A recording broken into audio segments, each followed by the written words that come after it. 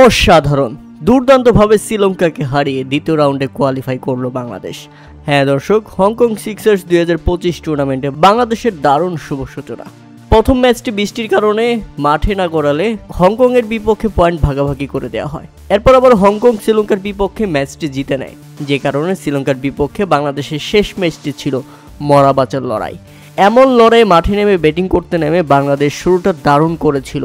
হাবিবুর রহমান সোহান 7 বলে 21 রান করেন এই ব্যাটসম্যান, আর ওয়ান ডাউনে ব্যাটিং করতে এসে 9 বলে 32 রানের ঝড়ো ইনিংস খেলেন অধিনায়ক আকবর আলী, যে কারণে বাংলাদেশ শেষ পর্যন্ত 6 ওভারে 5 উইকেট হারিয়ে 75 রানের লক্ষ্য দাঁড় করাতে পারে।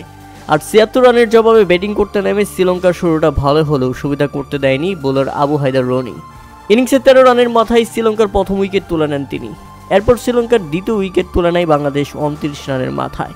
মুসাদ্দিক হোসেন বোলিংয়ে চমক দেখিয়েছেন, 2 ওভার বোলিং করে মাত্র 20 রান খরচায় তুলে নিয়েছেন 3 উইকেট।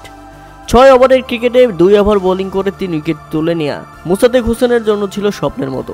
ব্যাট হাতে সুবিধা করতে না পারলেও বোলিংয়ে তিনি পুষিয়ে দিয়েছেন, যে কারণে শ্রীলঙ্কার সুবিধা করতে পারেনি।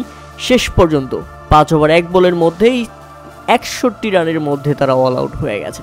তাতে বাংলাদেশের দুর্দান্ত 14 রানের জয়।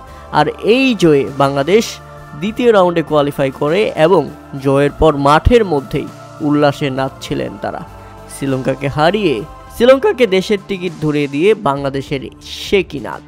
সত্যি দারুণ শুভ সূচনা বাংলাদেশের জন্য হংকং সিক্সার্স 2025-এ।